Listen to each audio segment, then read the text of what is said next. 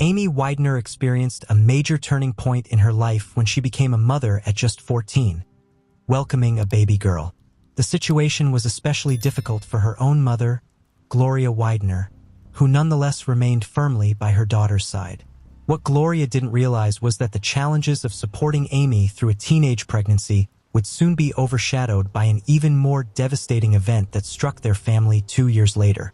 Amy Widener, born in 1973, grew up in a large household with her older brother, John Paul, who was a year her senior, and 2 younger sisters, Nee and Cassie, who were 1 and 4 years younger. Their mother, Gloria Widener, raised all 4 children on her own after divorcing their father long ago. He had no involvement in their lives. The family lived together in Indianapolis, where Amy served as Gloria's main helper, managing the cooking, cleaning, and much of the care for her younger sisters. Amy dreamed of becoming a teacher and was remembered for her upbeat personality and warm, radiant smile. At just 14, Amy's life veered in an unforeseen direction when she became pregnant. Unsure of how to tell her mother, she hid her growing stomach beneath baggy clothes for more than 5 months.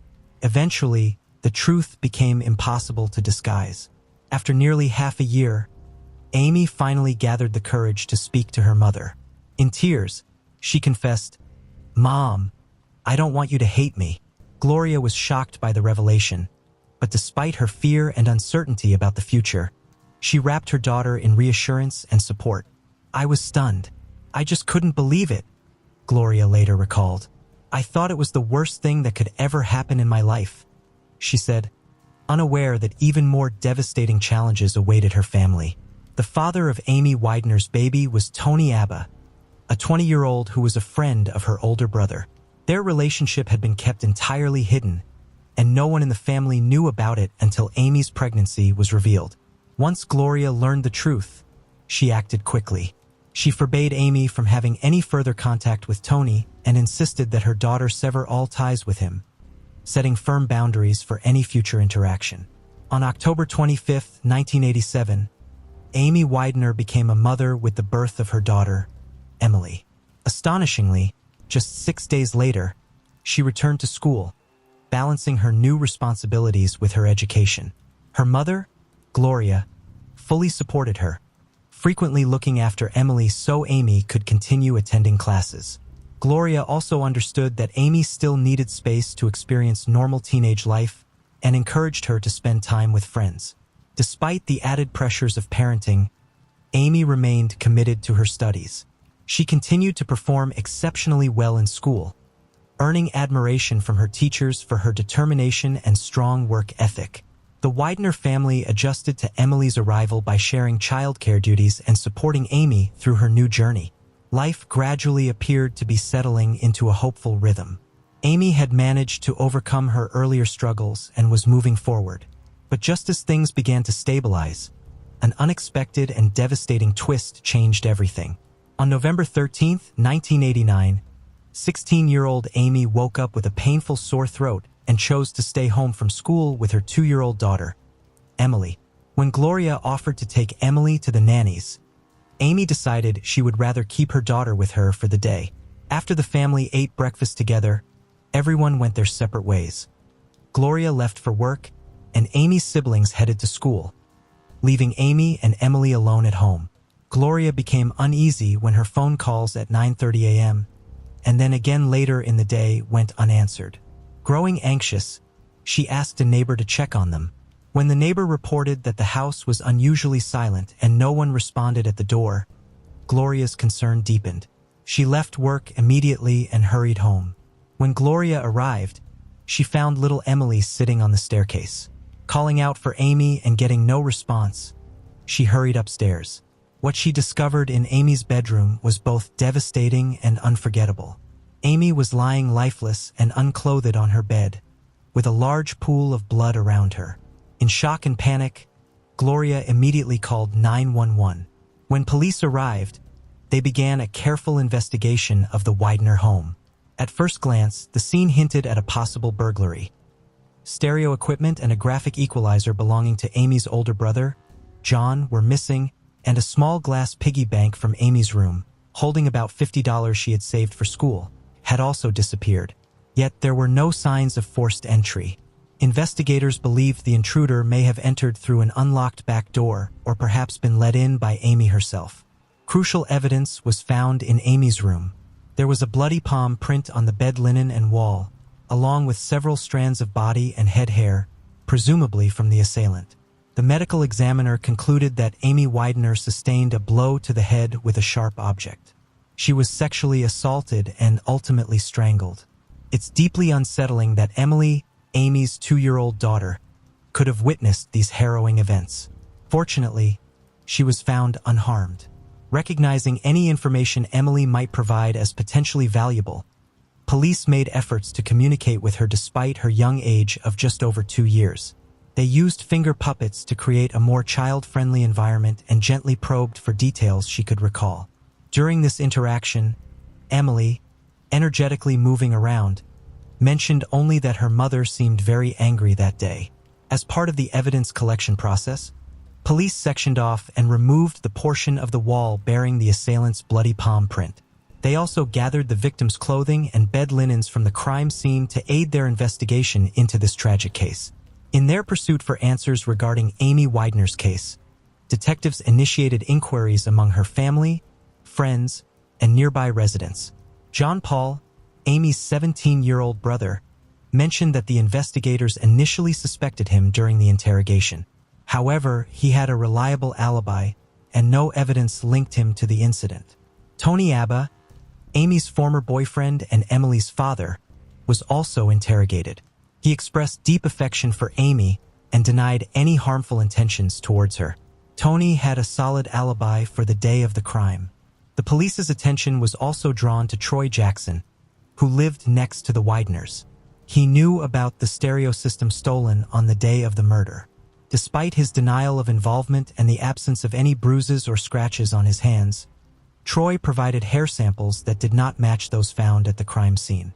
After passing a polygraph test, suspicions against him were dropped. Besides these three, the police interviewed other acquaintances, neighbors, and classmates of Amy. Fingerprints and hair samples were taken from all of them, but none came under suspicion. Amy Widener's funeral was held shortly afterward, drawing a considerable crowd who wished to pay their respects. Her death was deeply felt within the community. Detectives attended the funeral too, carefully observing the attendees as part of their ongoing investigation. A particularly poignant memory was a cherished photograph of Amy, where she wore her favorite white turtleneck vest with a floral design.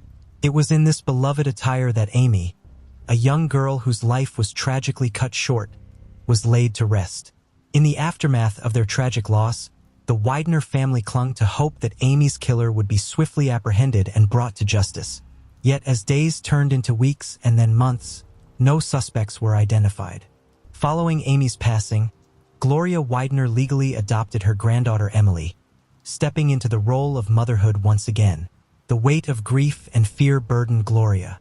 She was haunted by thoughts of the perpetrator and worried about her family's safety. She never left her daughters unattended at home and lived in a state of constant anxiety with the assailant still at large. Gloria even considered relocating to a new home for safety reasons. Financial constraints limited their options, leaving them to navigate these challenging times in their current residence. Amy's friends were also deeply affected by the tragedy, consumed by fear that the criminal might target them next. They requested their parents to fortify their homes, even boarding up windows with planks, a precautionary measure against a similar fate. One day, Gloria returned home expecting to find her younger daughters back from school. Upon entering, she was met with an unsettling silence. The house felt unusually empty. She noticed that the girls' outdoor shoes were in their usual spot. A surge of dreadful thoughts raced through her mind, fearing another calamity with each step towards the upstairs. The distance felt increasingly vast. Standing at the threshold of their bedroom, Gloria steeled herself for what she might find.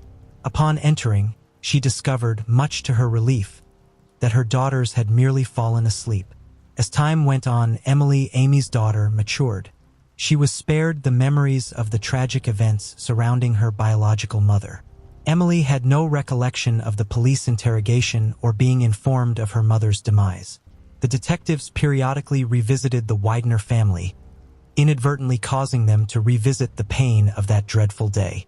Gloria revealed that there came a time when this continual revisiting became too much to bear. She yearned for one thing: for the authorities to allow her family some peace and to cease reawakening memories that could not bring Amy back. 13 years after Amy Widener's murder, in 2002, an unexpected development arose in the case. The Indianapolis Police Department received a call from a 29-year-old man claiming to have had a dream where Amy communicated with him about her demise. Although he provided details about the murder, most of this information had already been disclosed in news reports. The police investigated this individual, who was 16 at the time of the incident, and resided across the street from Amy's home. His fingerprints and DNA were examined to determine any potential involvement, but no matches were found, leading to his release. While his call didn't contribute significant evidence, it prompted detectives to re-examine the cold case in 2002. The investigation re-engaged with some of Amy's friends and acquaintances, particularly those who had encountered legal issues over the intervening years. Despite renewed efforts, the investigation once again reached an impasse, leaving the case unsolved. In 2011, a Facebook group titled Remembering Amy Widener was established by Amy's friends, reigniting interest in her unsolved case. The detective responsible for the cold case, unfamiliar with Facebook, enlisted the help of his colleague, Detective Bill Carter, to print out information from the group. This task piqued Carter's interest in Amy Widener's case. Although his expertise was in non-homicide-related illegal activities, Carter felt compelled to explore the case files of Amy's murder during his free time. Carter delved deep into the 2-decade-old case. He scrutinized every detail in the file, re-examining evidence and reviewing school attendance records from the day of the murder. He also scrutinized the funeral attendance list. He inputted the case details into a database and identified overlooked leads, including several friends of Amy's brother, who had never been interviewed by the police, nor had their DNA been collected. In his pursuit of new leads, Detective Carter reached out to the Widener family and Amy's friends in 2011, seeking names of individuals who might possess information about the case. He initiated DNA collection from persons previously overlooked in the initial 1989 investigation. Following the crime, the police had canvassed the neighborhood where the Wideners lived and documented residence information. A friend of Amy's had long-standing friends, and while she reiterated most of the previously known and investigated information, she also mentioned an unfamiliar name to Detective Carter, Rodney Dink. In 2012, Detective Carter received authorization from the Cold Case Unit to formally take on Amy Widener's case. His first step was to locate Rodney Dink to ascertain whether he could be a potential suspect. The Widener family was quite familiar with Rodney, as he was a friend of Amy's older brother, John Paul. They spent time together engaging in activities like biking and fishing. When Carter inquired about Rodney with John Paul, he described him as a reserved individual who largely kept to himself and had never aroused suspicion. Carter visited the home of 40-year-old Rodney Dink, who resided with his mother near the Wideners. Rodney was employed at an auto parts store, had been divorced for some time, and had a grown son with whom he had minimal contact. Upon Carter's arrival at Rodney's residence, his mother greeted him and informed the detective that Rodney was at work. Carter left his business card, requesting Rodney contact him upon his return. That evening, Rodney called Carter, who promptly requested a meeting to discuss Amy Widener's murder case. Rodney consented to the meeting and allowed Carter to visit him at his house. However, when Carter returned for the meeting, Rodney was nowhere to be found. Carter examined Rodney's criminal background and found that he had previous charges for assault in 1991 and theft in 1997. With Rodney's fingerprints already in the database, they were compared with the palm print found at the Widener residence. This test aimed to either connect or exonerate Rodney from the crime. When the results came back, they confirmed a match between Rodney's prints and the bloody palm print at the crime scene. After 23 years, a suspect was finally identified. However, Rodney had vanished from his home, prompting an intensive search by the police.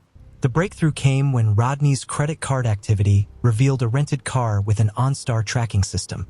The detectives located the car in Indianapolis where Rodney was hiding. Rodney, while at a friend's house, was confronted by the police, brandishing a knife and declaring his innocence. He ultimately injured himself during the encounter. He attempted to attack the officers but was subdued with a taser, handcuffed, and then taken to the hospital.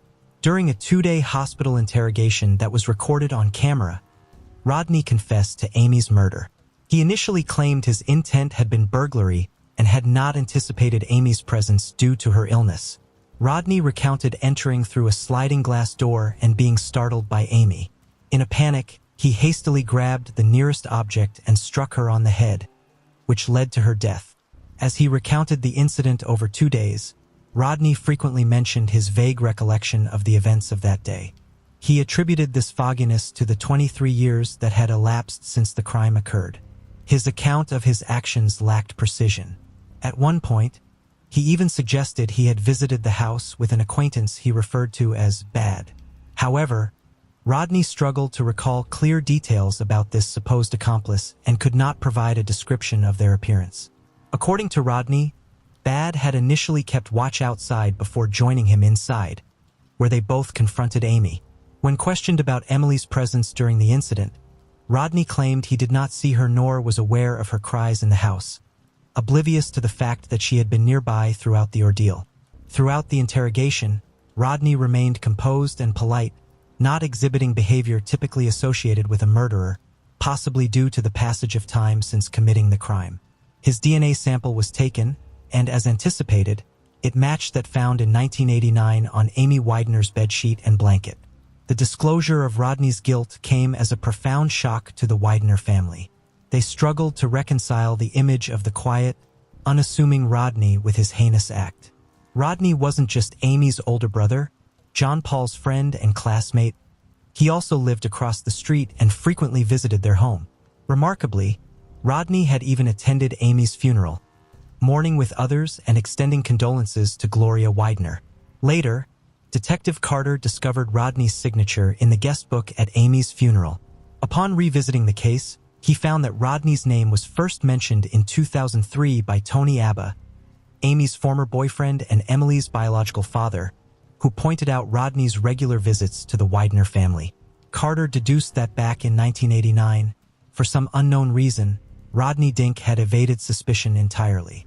He wasn't considered a suspect or even questioned at that time. In 2012, while investigating Rodney Dink's background further, detectives unearthed another grim detail. Rodney's biological son, Dylan Dink, was imprisoned for a crime committed in 2009. At just 16 years old, Dylan had fatally assaulted his birth mother, Mary McHenry. He claimed he acted out due to her abuse and insults, ultimately using a baseball bat to inflict fatal injuries. Tragically, Mary succumbed to her wounds. Dylan turned 17 just days after the incident. This eerie parallel, father and son committing significant crimes at almost similar ages, struck detectives as both chilling and peculiar. Despite having minimal involvement in Dylan's upbringing due to divorcing Mary McHenry early on, Rodney appeared at Dylan's trial in 2009 and agreed to a plea deal resulting in a 20-year prison sentence. Dylan's anticipated release will be in 2029 when he turns 37 years old. In the ongoing investigation of Amy Widener's case, Rodney Dink initially maintained that he had an accomplice during the crime, a young man. In June 2013, merely 10 days before his trial was scheduled to commence, 41-year-old Rodney recanted his previous statement. He admitted to acting alone in the murder of Amy, asserting that no one else was involved. As a result of this confession and the evidence against him, Rodney received a sentence of 65 years in prison. Following the resolution of Amy's case, the Widener family arranged a gathering with Detective Bill Carter. They commemorated the 24 years without Amy by releasing 24 balloons into the sky. The family expressed their gratitude for Detective Carter's pivotal role in the case. It was Carter who pinpointed Rodney Dink as the perpetrator within just 12 days of delving into the case and brought the investigation to a close. In recognition of his outstanding work, Detective Bill Carter was honored with an award by the Indianapolis Police Department in January 2014. Despite an offer to join the Homicide Investigation Department, he chose to remain in his current role. Emily Widener, Amy's daughter, matured into adulthood. She graduated from the same high school her biological mother had attended before pursuing higher education at a university. Seeking broader opportunities, she relocated from Indianapolis to California. Gloria Widener, Amy's mother, openly shared her enduring grief and daily remembrance of her daughter. She continues to reside in the house where the tragedy unfolded. Amy's room, still adorned with her photographs, now welcomes Gloria's grandchildren during their holiday visits. This brings a new sense of joy and life to a space once marked by loss. Tension had been brewing in the Palacios household for months, but on a day in late August 2019, things finally snapped. Inside their small home, a heated argument between Willie Palacios and his daughter, Ariana, took a dark turn. What started as harsh words quickly escalated, crossing the line from anger to something much more dangerous. Ariana Palacios was born in the late 1980s in Argentina.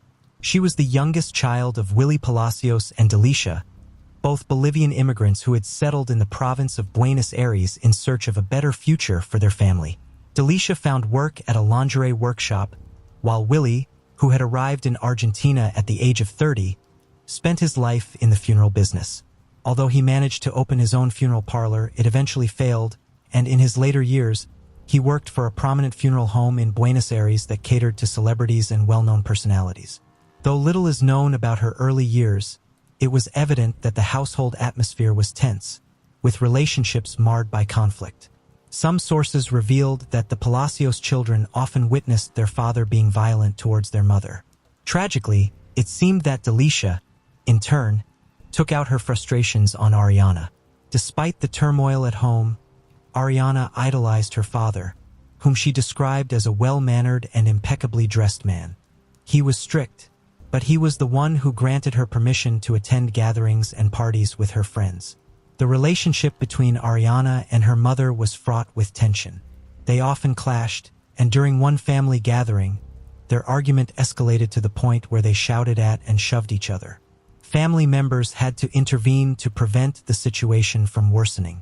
Around the age of 20, Ariana moved out and started living with a man named Luis. At 24, she became pregnant with her first and only child, but soon after, she decided to end the relationship with Luis and return to her parents' home. When her daughter was born, the grandparents were overjoyed. They lived in a working-class area on the western outskirts of Buenos Aires. In October 2017, Ariana met Adrian through a dating app, and they began a romantic relationship. Adriana treated Ariana's daughter well, visiting them at their home, and the couple would sometimes spend weekends together at Adriana's house. By this time, Ariana, who was now 30, worked at a call center in Buenos Aires. To supplement her income, she sold clothes online and also offered hair straightening services, making her very active on social media. Her daughter, now 6 years old, was the apple of her grandparents' eyes. However, it was noted by some that Willie seemed to have an unhealthy obsession with his granddaughter, often hovering around her as if he and Alicia believed they were her parents. This added further strain to the already fragile relationship between Ariana and her mother. On August 28, 2019, Ariana had a heated argument with her mother and told a friend that she needed to talk. On top of that, she also had a bitter dispute with her boyfriend, Adrian, which left her in tears. The next day, Ariana's phone went silent and no one heard from her again. Her sudden disappearance, coupled with her absence from social media, alarmed her close friends, who immediately began searching for her. In the days that followed, the events surrounding Ariana's disappearance became increasingly strange. Adrian was one of the first to contact the Palacios family, and when he spoke with Willie, he was met with various excuses and evasions. Willie told Adrian that Ariana had found a new partner, decided to change jobs, and no longer wanted to continue their relationship. He even suggested that Adrian should move on and not worry about searching for her, claiming that she needed a fresh start but would be fine with her 6-year-old daughter. The conversation left Adrian uneasy. It seemed odd that his girlfriend's father was urging him to stay away, especially since Ariana, with whom he would have celebrated 2 years of dating on October 14th, had given no indication that she wanted to end their relationship. As days passed, Ariana's friends grew increasingly frustrated as they tried in vain to contact her. Unable to get any response, they began reaching out to her parents' home, with some even visiting in person to inquire about her. Willie was always the one to answer, providing a variety of bizarre and contradictory explanations. Initially, he claimed that Ariana's phone had broken, preventing her from contacting anyone. Then he told someone else that she had gone to another city to sell some products. To another friend, he suggested that Ariana was likely with a new boyfriend, as she had a habit of frequently changing partners, and that was why she wasn't responding to anyone. As her friend's desperation grew, the family's apparent lack of concern only deepened their worry. They started coordinating among themselves, reaching out to Adrian and even contacting Ariana's co-workers in search of any information. When they spoke to her colleagues at the call center, they learned that Willie had visited the office days earlier to inform them that his daughter had traveled to Tierra del Fuego, one of Argentina's most remote provinces. Noelia, who had been Ariana's close friend since childhood, took it upon herself to lead the search for her missing friend. She was well aware of the tensions between Ariana and her mother, the deep love Ariana had for her daughter, and the frequent arguments she had with her boyfriend. Despite these issues, Ariana had never expressed a desire to flee, making her sudden disappearance all the more puzzling and alarming to Noelia. Determined to take action, Noelia reached out to 2 mutual friends who were also concerned. The 3 of them, like amateur detectives, set out to piece together the clues. They spoke with Adrian, who confided in them that he found Willie's behavior highly suspicious. As concern grew, Ariana's friends began applying pressure on her family. They called daily, knocked on the door repeatedly, and persistently asked for information, urging the family to report Ariana's disappearance to the authorities. They were convinced that Ariana would never abandon her daughter for such a long time without any contact, especially since she was always attentive to her needs. The situation seemed increasingly bizarre. When asked about Ariana's whereabouts, Willie would offer vague and unconvincing explanations, often stating that she had left to clear her head and that it was better for her to forget about her troubles with Adrian. However, the Palacios family consistently refused to involve the police. On September 19th, nearly 20 days after her disappearance, Ariana's phone suddenly became active again.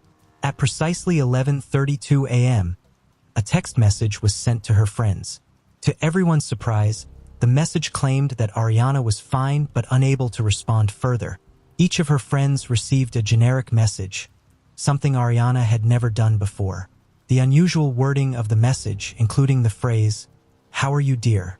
a term Ariana disliked because she found it insincere, only heightened their suspicions. As the friends pressed the family to report the disappearance, Willie warned them that contacting the police could lead to Luis, Ariana's ex-partner and father of her daughter, seeking custody of the little girl, thereby separating her from her mother. Reluctantly, Willie decided to file a report with the authorities, but instead of reporting his daughter missing, he filed a complaint against her friends, accusing them of harassment. Despite the family's resistance, Noelia mustered the courage to go to the local police station to report that her friend had been missing for over 20 days without any explanation. However, she was met with a wall of bureaucracy and indifference. Initially, the police dismissed her concerns, insisting that only a close family member could file such a report. Even after explaining the strained relationship with Ariana's family, the police were uncooperative. After days of persistence, on the afternoon of Wednesday, September 25th, Noelia returned to the precinct with evidence, showing the social media posts she had made about Ariana's disappearance. It was only then that the police took her seriously and initiated an official investigation into Ariana's whereabouts. A few days later, the most shocking and horrifying revelation came to light within Ariana's family. Under mounting pressure, Willie broke down and confessed to his son Mauricio that on the morning of August 28th he had killed Ariana during a heated argument, stabbing her with a knife. He then buried her body in the backyard of their home. Mauricio, who had always had a strained relationship with his father and knew of his violent tendencies, was stunned by the confession. He immediately went to the authorities and relayed everything Willie had told him. The prosecutor ordered the immediate arrest of Willie and the preservation of the crime scene. Willie, 62 years old, was arrested and charged with aggravated homicide, both due to his relationship with the victim and the fact that the crime was femicide. During his interrogation, Willie confirmed his earlier confession, admitting that he had attempted to cover up the crime by providing false leads and contradictory stories to Ariana's friends. He revealed that he had purchased a new phone, inserted Ariana's SIM card, and sent text messages pretending to be her, all while she was already dead. Willie explained that the murder took place while his wife was at work. After killing Ariana, he buried her body in a secluded part of the backyard, covering it with plastic sheets that Delisha apparently never noticed. On Monday, September 30th, 2019, police officers, firefighters, and forensic experts arrived at Willie's property to conduct a search. At 10:30 a.m., a police-trained sniffer dog entered the scene and quickly located the spot where Ariana's body was buried. 2 hours later, the experts unearthed her remains from the garden, just a short distance from her former bedroom. It was a grim discovery. The knife used to kill her was still lodged in the left side of Ariana's neck. After nearly 8 hours of work at the crime scene, the partial reconstruction conducted by the police determined that the murder took place inside the house. Forensic tests using luminol revealed positive results on parts of the floor, confirming that the victim's body had been dragged to the spot where her father had buried her. What made the scene even more macabre for the detectives was that Willie had constructed a rabbit hutch directly over the burial site, a place designed for Ariana's daughter and the other grandchildren to play. The forensic autopsy revealed that Ariana had suffered 3 stab wounds to the left side of her neck. While 2 of the wounds were superficial, the third severed the carotid artery and also damaged the larynx, leading to her death within moments. At this point in the investigation, detectives had to rule out the possibility of accomplices and clarify many doubts regarding the involvement of Ariana's family circle. It was hard to believe that none of her closest relatives had noticed anything unusual after such a violent confrontation and a horrific crime. Even more striking was the fact that the investigation had been initiated by a friend's persistence rather than by a direct family member. One of Ariana's friends recalled a message from Ariana shortly before her disappearance, in which Ariana mentioned having a heated argument with her mother, hinting that her mother was not who she seemed to be. That was the last message she received from Ariana's phone. The fact that most of the family resisted filing a missing person report was one of the significant questions investigators wanted to clear up. In his statement to the authorities, Adrian highlighted that the relationship between Ariana and her mother had been strained since mid-July. While he never noticed anything particularly strange during his weekend visits, he did observe that the 2 women argued frequently. A crucial testimony in the case came from Nadia, a neighbor in the area where the Palacios family lived. Nadia had several conversations with Willie after Ariana disappeared. On one occasion, Willie came to her house and asked if she could pick up his granddaughter from kindergarten, explaining that Ariana was unable to do so. Although Nadia found it strange, she agreed to help. At that time, Willie mentioned that Ariana had left but implied it was only temporary. Later that day, after picking up the child, Nadia sent a message to Ariana to let her know everything was fine with her daughter, but the message never got through. When Nadia returned the child that afternoon, Willie told her that Ariana had left for good, discarding her phone because she wanted to start a new life. He even mentioned that Ariana had been offered a new job in another city. It also seemed odd to her when, on September 19th, she received a message from an unknown number supposedly from Ariana, saying that she was traveling and focusing on a new boyfriend. The message was full of spelling errors, which was unusual for Ariana. This same message was sent to several of Ariana's friends, and all were incorporated into the case to determine whether Willie himself sent them or if someone else was involved in the deception. Noelia, Ariana's childhood friend, testified that during one of her many visits to the Palacios household, where she urged them to report Ariana's disappearance, Willie dismissed Ariana as a lazy woman who had likely run off with a man, abandoning her daughter. Noelia, who knew her friend well, was convinced this was a lie, as Ariana would never leave without her daughter. One potential trigger for the crime, highlighted by several witnesses during the investigation, was a labor lawsuit that Ariana had filed years earlier, which she appeared to be close to winning. Ariana had mentioned to several friends that once she received the settlement, she would rent a place to live alone with her daughter. Investigators hypothesized that Willie may have committed the crime to prevent Ariana from taking the child away. As various testimonies suggested, he had an unusual obsession with his granddaughter that went beyond typical grandparental affection. To leave no stone unturned, the investigation stage took 2 years. Finally, on October 22, 2021, the trial against Willie Palacios began. He faced a life sentence for aggravated homicide, considering that the victim was his descendant and that the crime was committed under circumstances of gender-based violence. During the trial, Willie's confession and the extensive evidence gathered by the prosecution were presented.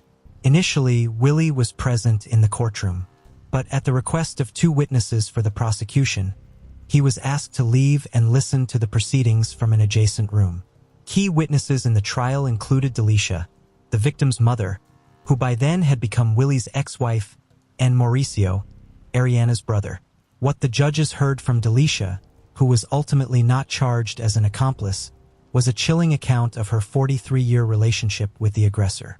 Throughout her testimony, Delisha never referred to her ex-husband by name, only calling him that man, and recounted years of domestic abuse she endured while they were together. It seemed that the Palacios household had turned into a living nightmare starting in July 2019, when Willie lost his job and his violent behavior escalated. According to Delisha, Ariana and Willie frequently clashed due to their strong personalities. She also mentioned that her granddaughter was Willie's weakness. He had a disturbing obsession with her and would often scream during arguments with Ariana that no one would ever take the child away from him. Within the family, Willie's initial explanation for Ariana's absence was that he had kicked her out of the house. Since Willie was unemployed, he spent all day at home, taking care of his granddaughter and managing the household tasks while Delisha worked late into the night. This routine did not arouse suspicion, even when changes were made to the backyard. However, as time passed, doubts began to emerge from various quarters, not only from Ariana's friends and boyfriend, but also from her family, including Delisha. She became increasingly anxious and confronted Willie, asking why he had thrown Ariana out of the house. Willie's response was that he had expelled her because she was pregnant again, and he was not willing to raise another of her children. Cornered, Willie resorted to a final, twisted strategy that ultimately exposed him. Willie first went to the police station to report that his daughter was in the south of the country, but that he had lost contact with her and feared she might have fallen victim to human trafficking. He even wrote and signed a letter, pretending to be Ariana. What he didn't anticipate was that Delisha would immediately recognize the handwriting as not belonging to her daughter. Mauricio was the next witness to take the stand. He recalled being surprised when his father invited him to lunch, given their strained relationship and the fact that they hadn't seen each other in years. Mauricio also recounted numerous instances of his father's violent behavior towards his mother and sisters. After hearing these crucial testimonies and reviewing the overwhelming evidence against him, it was time to listen to the defense. Willie's defense claimed that everything began with an argument. Willie allegedly slapped Ariana, who then grabbed a sharp kitchen utensil. They struggled, and Willie managed to take the weapon from her, ultimately injuring her in the neck. The defense argued that Willie acted in self-defense, asserting that he had no choice but to protect himself. On October 26th of that same year, the judges sentenced Willie to life imprisonment. The court found him solely responsible for the aggravated femicide. After hearing the sentence, Willie uttered a few brief words apologizing to his ex-wife, his family, and his daughter's friends, expressing regret for what had happened, and then fell silent. One of the judges emphasized that Delisha's testimony had revealed a family structure plagued by violence. This brutal environment normalized the conditions that eventually led to Ariana's death at the hands of her father. The judges unanimously agreed that Delisha's account was honest and free of inconsistencies. Even though it carried an emotional weight of guilt, as her efforts to keep her family together had ultimately led to the worst possible outcome for her daughter. The reading of the sentence concluded with the judge's observation that although the life sentence couldn't undo the harm done to the family, it would free Delisha and her remaining children from the hell they had endured for years. But this wasn't the last blow Willie Palacios would receive. Believing himself to be the rightful guardian of his granddaughter, he was informed that Luis, his granddaughter's father, had requested custody and been granted it. Luis had also explicitly requested that Willie be denied visitation rights, a request the court agreed was in the best interest of the child. For the obsessed grandfather, this punishment may have been even worse than the life sentence itself. Case of Karina Vetrano. The story of Karina Vetrano is both horrifying and baffling. Firstly, nothing seemed to miss on the day of the fateful event. The attack occurred in broad daylight in a fairly populated area. Secondly, her death has critical aspects to it. Thirdly, the investigation and sentencing of the perpetrator raised many questions. On Tuesday, August 2nd, 2016, Karina arranged to meet her father after work to spend time together.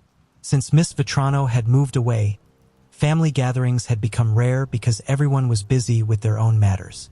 In addition to her commitments, she was balancing two jobs. Philip picked up his daughter and took her home. There, the family shared their impressions of the past week. When Karina was about to leave, she asked if her father wanted to go jogging with her, as they often did, covering several miles together. Her father replied that he couldn't this time, due to severe back pain that nothing seemed to alleviate. Perhaps he needed a new prescription, or maybe it was just the change in weather. Mr. Vetrano offered to call a cab for Karina due to his discomfort and inability to join her run. However, the weather was beautiful, the heat had abated, and there was a fresh scent in the air, hence Karina declined his offer. She was training for the upcoming marathon. The young woman had recently broken up with her boyfriend and wanted to distract herself. A jog would clearly do her good. That evening was the last time her parents saw their youngest daughter. At 5:45 p.m., she left the house for a jog. Her first stop was Spring Creek Park, a cozy and tranquil place buried in greenery, a true paradise amongst the city's infrastructure. However, only part of the park was available for walking. The rest was covered with thickets and swamps. Mr. Vetrano asked his daughter to stick to her usual route and stay away from unfamiliar paths and people. Unfortunately, Karina ignored his advice in search of solitude. She decided to go to a grassy, deserted place. Karina's thoughts were abruptly interrupted. She felt a sharp pain in the back of her head and fell down. This rash decision cost the young woman her life. A frightening uncertainty entered the Vetrano home. It had been 2 hours since they had said goodbye to their youngest daughter. She should have been home by now, or at least answering the calls of her parents, who were frantically trying to reach her, and she had promised to keep her cell phone with herself. The anxiety was growing. Her father sensed that something was wrong and decided to seek help from his neighbor, the chief of the New York City Police Department. They were on good terms, and the high-ranking official knew that Philip would not make a fuss over nothing. After that, Karina Vetrano was reported missing. Police began searching for the young woman, combing the park area and surrounding streets. As a result, experienced canine units were brought in, since it is known the first 24 hours after the sorcery, the disappearance of a person, are crucial. Law enforcement utilized all available resources before nightfall. At the same time, Mr. Vetrano, along with a group of volunteers, searched for his daughter on his own. He scoured the park from end to end, combing paths and wading through tall grass, all while making phone calls. As dusk fell, he noticed a light in the grass. As he approached, he recognized Karina's phone. Maybe she lost it and just didn't let them know? Philip approached, headed toward police officers, deciding to continue picking his way through the thicket, stepping into the grass. As he ventured further, Philip stumbled upon something soft, a partially undressed female body lying face down. When he turned it over, a familiar face stared back at him. A desperate scream escaped from his father's chest. It was Karina. She hadn't simply lost her phone as he had initially believed. His little girl didn't answer her phone because life had been cruelly taken from her. The crushing realization of what had transpired overwhelmed Mr. Vetrano. The police, hearing the screaming and yelling, quickly rushed to him. They dragged Philip away from his daughter's body, explaining that it was now a crime scene. They emphasized that anything in the vicinity could be considered evidence and implored him not to touch anything to prevent tampering. On the journey home, Mr. Vetrano was lost in thought, tormented by how to break the news of their daughter's death. To his wife, images of past memories flooded his mind. He recalled vividly how on July 12, 1986, in Queens, their second daughter was born. From an early age, Philip had been proud of Karina. She was obedient and well-mannered. He remembered taking her to school for the first time and how excellently she performed academically. Her strong educational foundation enabled her to earn advanced degrees. Karina graduated from St. John's University with a master's in speech pathology. She always dreamed of aiding children and worked tirelessly with autistic kids. Karina loved traveling and writing and had a passion for sports, especially running, an interest she shared with Philip, which brought them closer together. He recalled how closely he scrutinized her suitors out of paternal jealousy, eager for her to find true love and eventually establish a strong family like his own with Kathy. He hoped for wonderful grandchildren. The return journey felt endless. As they approached the house, Mr. Vetrano paused at the entrance and took a deep breath. Fortunately, he didn't need to explain anything to her. She understood everything from her husband's face. Kathy cried, approached her husband and hugged him. Soon, Karina's relatives and friends learned of the incident. They struggled to recover from the shock. Believing in the sudden death of the young woman was hard, let alone its violent nature. Ms. Vetrano had been subjected to a brutal attack. This was the conclusion reached by investigators. At first glance, it was obvious that the woman had resisted. Even in death, her fists remained clenched. Bruises and abrasions were found on her once young and healthy body, and her athletic clothing was torn. The autopsy showed that the back of the victim's skull had been damaged by a blunt object, probably a stone. However, the cause of death was asphyxiation. A clear mark was visible on the woman's neck. The forensic examination also revealed the intimate nature of the crime violence. The experts' findings confirmed the police's initial suspicions. Earth and grass were found under the victim's fingernails, probably in an attempt to free herself from her attacker's grip and escape. Specialists examined her mouth and found teeth knocked out and cracked in places. She had clearly bitten to defend herself. Even the woman's neck was covered with numerous scratches. She was grabbing with her hands, trying to force her attacker to let go of her. Shortly after this tragedy, new information leaked to the media from Princeton, Massachusetts. Another jogger's body was found among tall grass. The woman had apparently also been out for a walk in a secluded place and suffered a similar fate. At first glance, these cases seemed identical, raising questions about another potential serial offender. In the United States, geneticists took charge of the case, tasked with comparing DNA samples collected from the crime scenes. Fortunately, unidentified samples were found on both victims. Contrary to police expectations, the analysis showed no connection between the crimes. It turned out that the DNA samples belonged to different individuals. It's well known that most lethal crimes are committed by someone close to the victim. Thus, police couldn't ignore any possibility. To this end, the victim's father provided his DNA since he was first to discover his daughter's body. Later on, all of her relatives also underwent a DNA test which yielded no matches. Detectives then decided to interview Karina's family and friends to find out if she had any enemies or ill wishes. Turned out there were none. She was respected and loved by everyone. Investigators developed a new theory. Someone acted on base motives upon meeting Karina in a secluded place and attacked her. Feeling stuck, they sought public help by offering a $10,000 reward for information leading to the perpetrator. The initiative received widespread response. Detectives explored some 250 leads, conducted 600 genetic tests, and compiled more than 1,700 reports, all to no avail. It seemed like the perpetrator hadn't committed crimes before, or at least hadn't been caught for them, complicating things further. On August 31st, 2016, a utility worker approached the police station with significant information at the time of Ms. Vetrano's death. He found himself in a restricted area of the park one day. Suddenly, a man emerged from the bushes and took off running in a northerly direction. Because of his testimony, the New York Police Department created and distributed a sketch of the suspect in December 2016. However, they considered that the person shown in the sketch might have just been a passerby caught at the wrong place and time. Unfortunately, releasing this sketch didn't provide any new leads, and the investigation fell into another long stalemate. On December 4, 2016, the Federal Bureau of Investigation joined in to help solve Karina Vetrano's case. At first, they developed a psychological profile of the perpetrator. According to FBI experts, this individual was very familiar with the area, especially the park where everything occurred, suggesting he might live or continue to live nearby.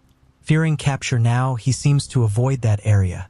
It was evident he knew that the quiet and partially overgrown territory was perfect for hiding his actions. Based on this idea, police conducted screenings among local African American men. However, this didn't bring about any breakthroughs. Let's go to take a look about Chanel Lewis. Chanel Lewis' life didn't stand out much from other young African American individuals. He lived in one of Brooklyn's low-income housing complexes, approximately 4 or 5 miles from Spring Creek Park, was unemployed and living with his mother, 3 sisters, and their children. One detail setting him apart was his diagnosis of paranoid schizophrenia. Yet this did not stop him from graduating from a private school for students with emotional and behavioral issues. Former classmates remembered Chanel as a quiet loner who constantly faced bullying. One shared that even girls intimidated and punched him. He had no friends. Another peer noted that while Lewis sometimes fought back, he wasn't effective at it and often got ridiculed for his clothing and appearance. Always wore a hoodie and would smirk and walk away when things got tough, earning him the unfortunate nickname African Lizard. 17-year-old Danielle Munes, a fellow student, described Chanel as a bright student with good grades. "He liked to show me funny videos on the bus," she recalled. "I never saw him being cruel." Some sources reported that the young man once claimed he wanted to harm all the girls during his time in middle school, even posing the question, "What happens if I bring a knife to school?" Dr. Edward Dana, the executive director of the school to which Chanel was transferred, commented on this. "We received no reports of threats in middle school. During his time at our school, he had no disciplinary sanctions. I never heard him make threatening statements towards other students." Nonetheless, Chanel was a troubled teenager who often experienced bullying. He dreamed of working in social services, aspiring to help those in distress.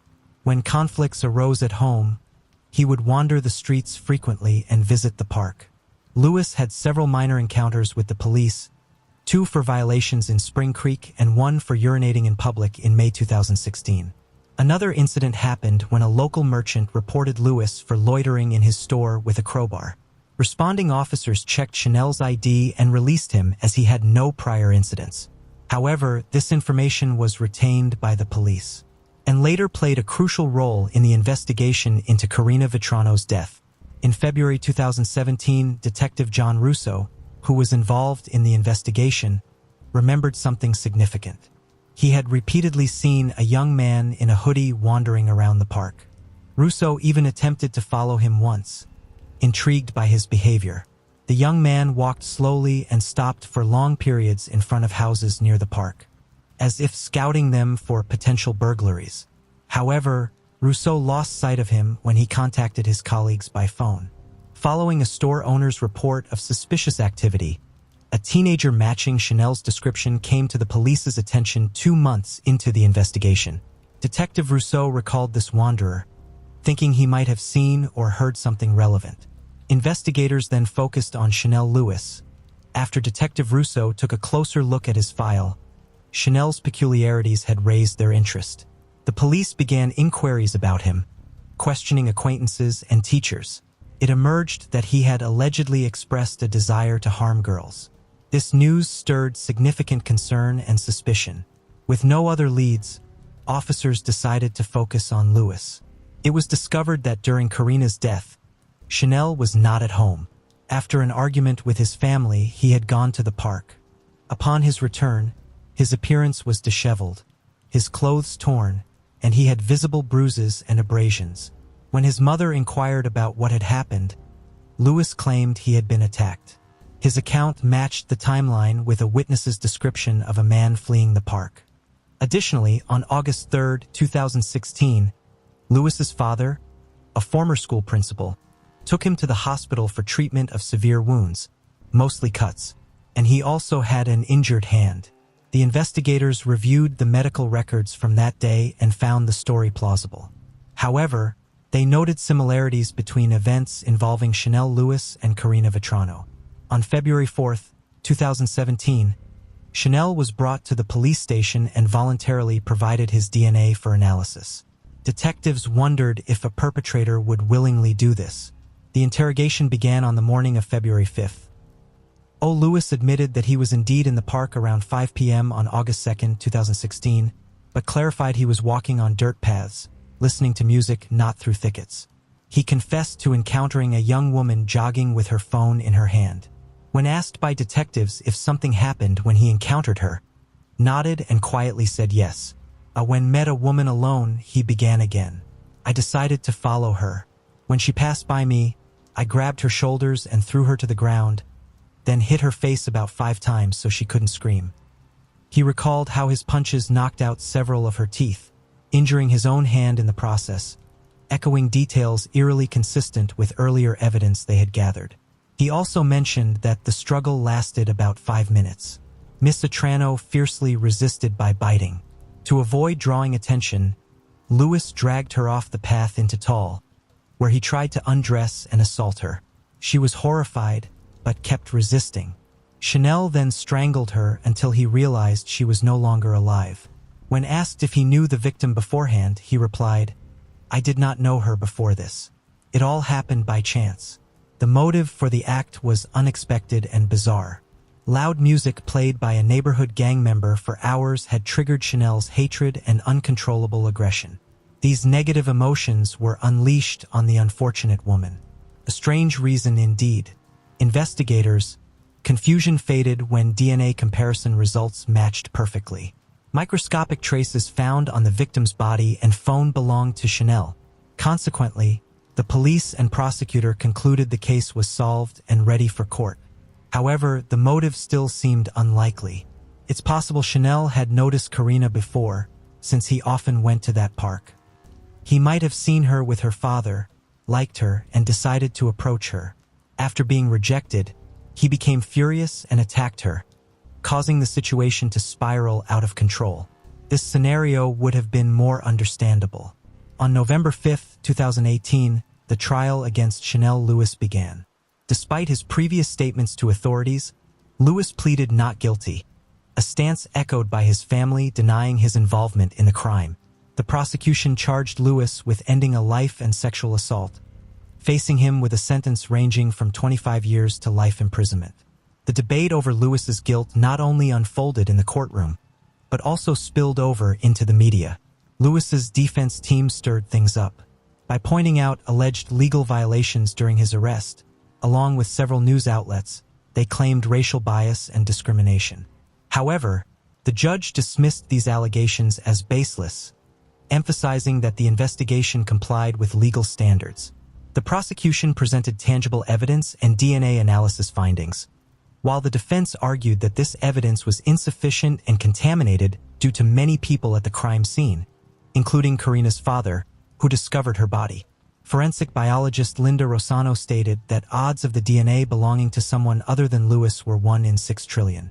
The prosecutor also introduced Louis's phone records, revealing his internet searches on second chances and forgiveness in Catholicism, which raised questions about what sin Chanel hoped to atone for.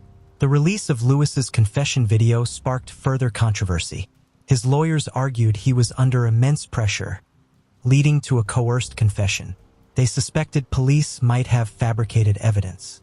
The recording commenced only after Louis was pressured, raising concerns that the search of his home violated protocols. The defense suggested that the investigation into Karina Vetrano's death was initially mishandled. With public pressure mounting for an arrest, they argued Lewis became a scapegoat. The jury was deeply influenced by the defense's compelling arguments. After considering both sides, jurors could not reach a conclusive verdict. On November 21, 2018, the judge declared a mistrial. A retrial was initially scheduled for January 22, 2019, but later postponed to March 2019. Following 5 hours of deliberation during the retrial, Chanel Lewis was ultimately found guilty of Karina Vetrano's death and sentenced to life without parole on July 23, 2019. The defense employed delay tactics by citing an anonymous source to allege misconduct by a juror, suggesting jury pressure and conspiracy. A case that seemed straightforward at first sparked widespread prejudices and fears in society. Karina Vetrano's tragic death affected many, serving as a stark reminder for women to remain vigilant about their safety. In the early hours of May 5, 2009, a quiet neighborhood in Columbia, Illinois, became the scene of a terrible crime that would shock the entire nation. As the town slept, a man who seemed like a loving husband and father was secretly carrying out a sinister plan. Inside the Coleman home, the soft creak of footsteps on the stairs and the unsettling hiss of red spray paint signaled the start of a nightmare. Sherry Coleman and her 2 young sons, Garrett and Gavin, were peacefully asleep, completely unaware that their lives were about to be tragically ended by the person they trusted the most. Sherry was born on July 3, 1977, in Berwyn, Illinois, USA, but her family eventually relocated to Florida. Sherry and her brother were raised in a Christian household, guided by their parents' strong faith in Jesus Christ. Sherry was a responsible and disciplined young woman, dedicated to her studies, and known for her radiant appearance and bright eyes. During her time in high school in Largo, Florida, she formed a close friendship with a classmate named Tara Lintz. The 2 girls, almost like sisters, supported each other through the exciting teenage years, filled with music, dances, and shared secrets. However, their paths diverged when Tara had to repeat a grade while Sherry graduated without any issues in 1996. After graduation, Sherry joined the U.S. Air Force while her family moved back to Illinois. Sherry pursued her military career with enthusiasm, holding on to her dream of someday meeting the love of her life and starting a family that reflected the values she had learned at home. In May 1997, while attending a military training seminar at Lackland Air Force Base in San Antonio, Texas, 19-year-old Sherry met Christopher Coleman. Christopher was born on March 20, 1977, to Ronald and Coney Coleman, a strict evangelical couple. The Colemans had 2 other sons, but only the name of the youngest, Brad Coleman, is well known. The family's rigid upbringing left little room for leisure. One incident from Christopher's teenage years highlights the influence of his parents' strict rules. After being persuaded by his classmates to drink alcohol for the first time, Christopher was so overwhelmed with guilt that he confessed to his basketball coach. Despite this incident, Christopher was a well-behaved and diligent student who never got into trouble. After high school, he joined the Marine Corps, where he became a skilled dog handler, a role that led him to meet Sherry. The connection between Sherry and Christopher was immediate. Their conversations, shared meals, and mutual goals quickly brought them closer. Within just 3 months of dating, Sherry became pregnant. True to his values, Christopher proposed to her right away. On August 8, 1997, the couple drove to Chicago for the weekend and got married. Their first child, Garrett Coleman, was born on April 30, 1998. The couple settled in a 2-story building in Columbia, Illinois, and on January 25, 2000, welcomed their second son, Gavin Coleman. Life seemed perfect for the young family. Sherry felt incredibly blessed to be a mother, dedicating herself fully to her children, whose laughter and antics brought more joy than she had ever imagined. Christopher's support was crucial, especially as the couple occasionally led financial planning seminars together. Their fortunes improved further when Joyce Meyer, the religious speaker, offered Christopher a job on her security team. Thanks to his hard work and previous connections, Christopher quickly rose through the ranks and eventually became her personal bodyguard, earning an annual salary of around $100,000. Although Christopher's job required frequent travel, taking him away from his family, it also allowed the couple to buy a $200,000 home in 2005. The spacious, well-maintained house was located in the peaceful Columbia Lakes neighborhood in Monroe County, right by a lake. With a 2-story layout and 3 bedrooms, the home became a place where Sherry could focus on her family and volunteer work. In her spare time, she also served as a member of the Destiny Church and participated in a missionary organization. As the months went by, Sherry gradually became more accustomed to her husband's frequent absences. Fortunately, she and her children made friends within their neighborhood, which helped ease the loneliness. Just a few houses down lived Vanessa, whose son, Brandon, was around the same age as Gavin. It didn't take long for Gavin and his older brother to start visiting Brandon regularly, often staying over for sleepovers with their mother's permission. Another neighbor who became close to Christopher was Justin Barlow, a detective sergeant with the Columbia Police Department. Despite the seemingly idyllic life of children's birthday parties, sports events, Sunday barbecues, and the usual bills to pay, Christopher began feeling trapped in a passionless existence. In October 2008, during one of his many work trips to Florida, Christopher decided to reach out to Tara. Although they were no longer as close as they once had been, he and his wife had maintained some contact with Tara out of respect for their past friendship. When they reconnected, Christopher learned that Tara had divorced 4 years earlier. Without children or significant obligations, Tara had attended the University of Tampa and was working as a waitress. Outgoing, fiery, and somewhat wild, Tara quickly captivated Christopher, leading to a passionate affair that began in earnest on November 5, 2008. Upon returning home, Christopher wrote a note on his computer, expressing how meeting Tara had completely changed his life. Tara, however, wasn't satisfied with their sporadic encounters and began pressuring him to leave his wife. Though he shared her desire, Christopher was haunted by the knowledge that his employer, Joyce Meyer, had made it clear that any employee who divorced would face demotion or termination. Considering the significant benefits of his job, this was simply not an option for him. By December 2008, Christopher had devised a much more drastic plan to solve his dilemma: eliminate his family entirely. His first step was to create an email account from which he sent himself threatening messages filled with obscenities, posing as a mysterious stalker who ranted about his boss's ministry, accusing her of dark deeds. He then escalated his plan by sending similar emails to Sherry, warning of a brutal attack on the family, with a particular focus on Christopher himself. Understanding that Joyce Meyer was highly respected worldwide, yet aware that some people generally despise televangelists, Christopher began telling those around him that he was the target of such hatred. To his surprise, Sherry soon became convinced that there were enough fanatics out there and overcame her initial fear. Frustrated and consumed by his infatuation with Tara, Christopher started to lash out at Sherry, complaining that he felt trapped in a life he detested because of her and the children.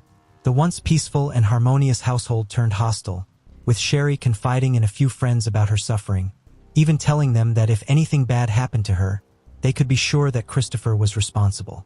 Despite the growing tension at home, the couple continued to maintain the appearance of a happy family to their neighbors and acquaintances, while Christopher and Tara's relationship deepened. They even took short trips to Hawaii and Arizona where they fantasized about their future together. Christopher took steps to remove Sherry's name from the deed to their house, and soon afterward, a new threat arrived, this time in the family's mailbox. The ominous letter was delivered while Christopher was away, terrifying Sherry. She could never have imagined that the person behind these anonymous attacks was her own husband. When Christopher returned, he reported the incident to the police. Justin Barlow, eager to help his neighbors, repositioned his home security camera to cover the Coleman's mailbox, and the Columbia police increased patrols in the area, but no suspicious activity was ever observed. Meanwhile, Christopher did everything he could to keep Tara from leaving him, promising her that he would hand Sherry the divorce papers on May 5, 2009. He even gave Tara an engagement ring, which she accepted with joy. They tentatively planned their wedding for January 2010. registered on wedding websites, and began searching for houses for them to move into together. They also planned to take a Caribbean cruise on June 14, 2009, and even discussed baby names for the child they dreamed of having. Christopher documented all these details on his computer, and his phone contained numerous explicit selfies and videos he had exchanged with Tara over the months. By late April 2009, with a clear plan in mind, Christopher purchased a can of red spray paint from a store in St. Louis, keeping the receipt in his desk instead of discarding it.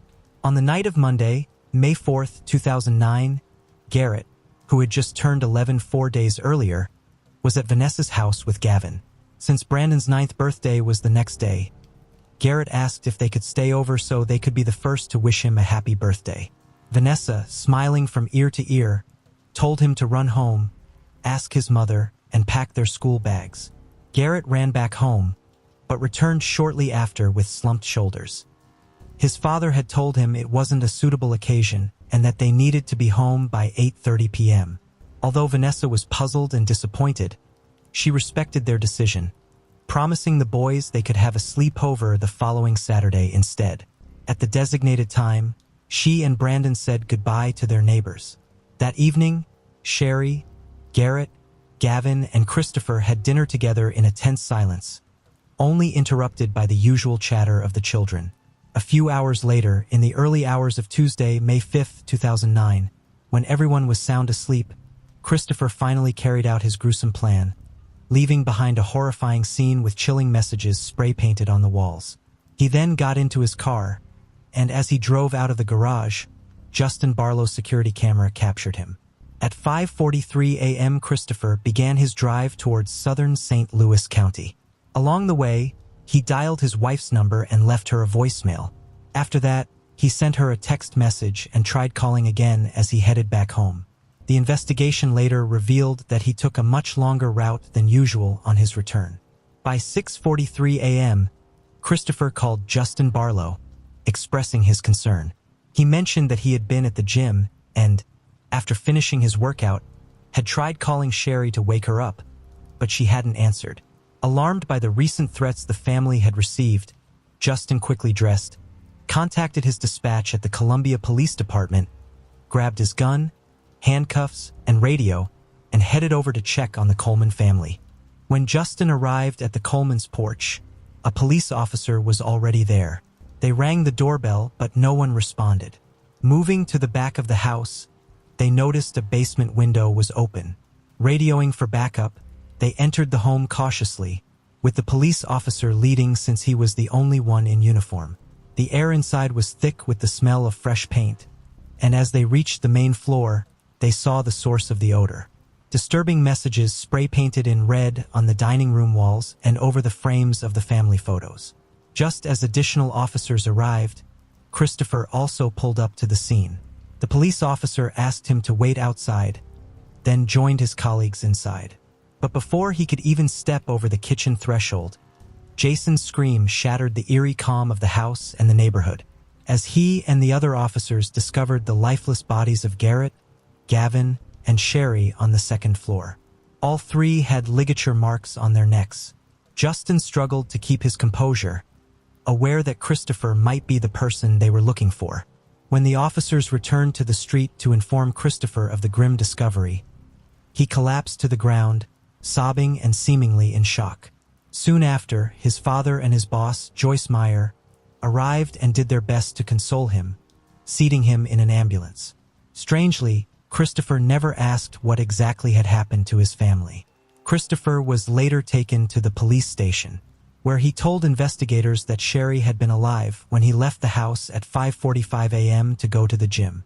When asked if they had argued the night before, he denied it, claiming that she had fallen asleep in his arms while they watched a movie on the couch. However, the officers noticed scratches on his arms, and when questioned about them, Christopher couldn't explain how he had gotten them. He also revealed that he and Sherry had experienced some marital issues toward the end of 2008, but had resolved them with the help of a therapist. Meanwhile, as the time for school approached, Vanessa finally noticed the police presence outside the Coleman home. Seeing the yellow crime scene tape encircling the house sent a chill down her spine. The once peaceful neighborhood was now the scene of a horrific crime, drawing national attention. Throughout the day, police searched for clues, even sending divers into the nearby lake and examining storm drains. Medical reports, including autopsy results, indicated that the victims had died between 3 o'clock and 5 a.m. Behind the scenes, the Columbia Police Department was determined to do whatever it took to find the person responsible for this brutal attack. Christopher, meanwhile, made arrangements for the funeral and burial to be held in Chester, going back on his initial offer to Sherry's family to have a service in Chicago so that all her relatives could attend. Upset by this, Sherry's mother and brother, who lived in the Chicago suburbs, took legal action to enforce the original plan. Eventually, they reached an agreement that included a funeral in Chester on Saturday, a visitation in the Chicago area on Monday, and a burial planned for Tuesday at Evergreen Cemetery in Chester. On Tuesday, May 12, 2009, family and loved ones gathered to say their final goodbyes to Sherry, Gavin, and Garrett. Later, in a trembling voice, Sherry's mother spoke to the media, expressing hope that their tragedy might save others from similar fates. As the investigation progressed, detectives found it suspicious that the primary target of the supposed threats, Christopher, had somehow emerged unscathed. This was compounded by surveillance footage from the neighbor's security camera, which showed that by the time Christopher left in his car, his family had already been killed, and no one else had entered the house afterward. The idea that someone would target a well-known bodyguard like Christopher also seemed far-fetched. Interviews with Sherry's friends revealed the marital discord, but a crime driven by such motives didn't seem entirely plausible either. Unwilling to leave any stone unturned, the investigation team had a forensic computer expert track Christopher's activities on his laptop, searching for any clues that might expose the truth behind the tragedy. Soon, Christopher's affair with Tara was uncovered, leading detectives to travel to Florida to interview her.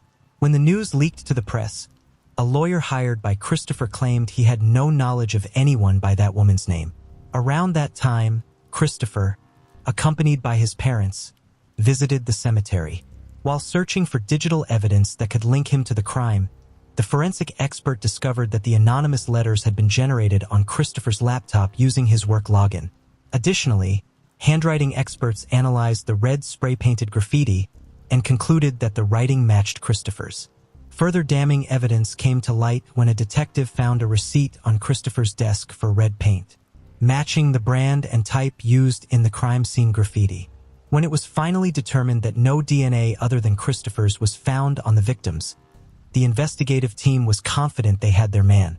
As a result, on May 19, 2009, Christopher was arrested, and the following day, May 20, 2009, he was formally charged with 3 counts of first-degree murder.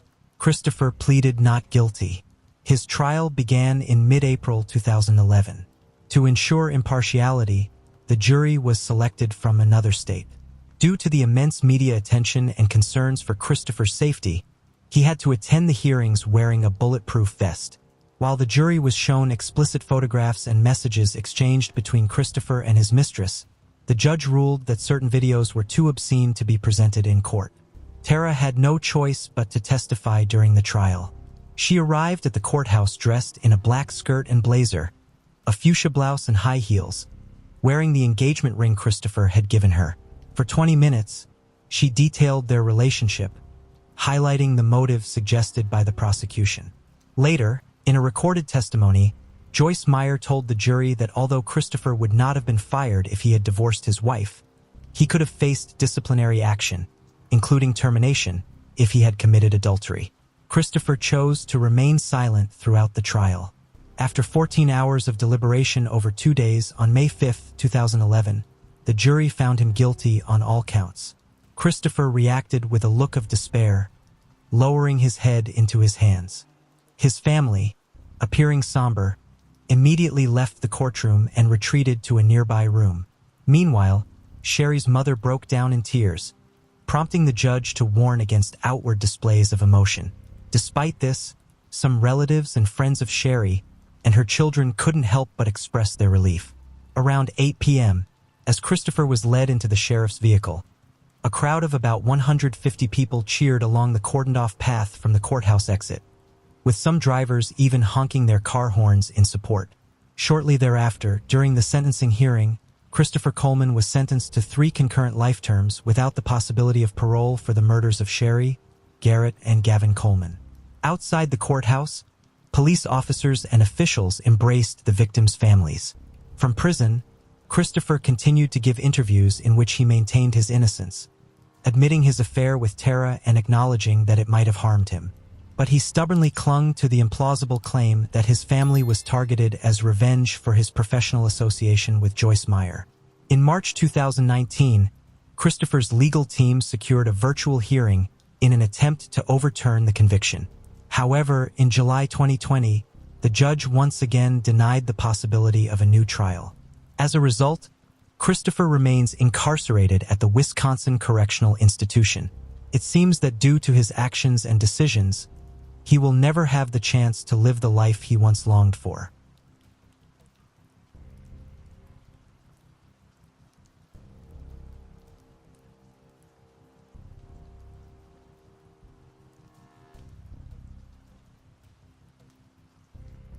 The case of Nancy Paula Reyes Gorses. What led to the crime against the pregnant woman, and what became of the child? The quest for personal happiness and a better life can be long, fraught with difficulties, and doesn't always yield the desired outcome. Many people are drawn to other countries or even the other side of the world in these pursuits. But sometimes, instead of finding the expected happiness, they encounter only pain, deep disillusionment, or even death. In the pursuit of dreams and overarching goals, it is crucial to remain aware of the people around us. The story of a young Guatemalan woman named Nancy Paula Reyes Gorses has become one of the most resonant cases in Spain in recent years. The mother of 2 left Central America to cross the ocean in search of employment that could provide her daughters with a decent life and assist her elderly parents. However, the woman never returned home. Fragments of her disfigured and unrecognizable body were found with difficulty in desolate and nearly impassable areas. At the time of her crime, she was 4 months pregnant, and the perpetrator was someone Gorses had hoped to share her life with. Challenging life in Guatemala. Little is known about the early years of the woman named Nancy Paula Reyes Gorses.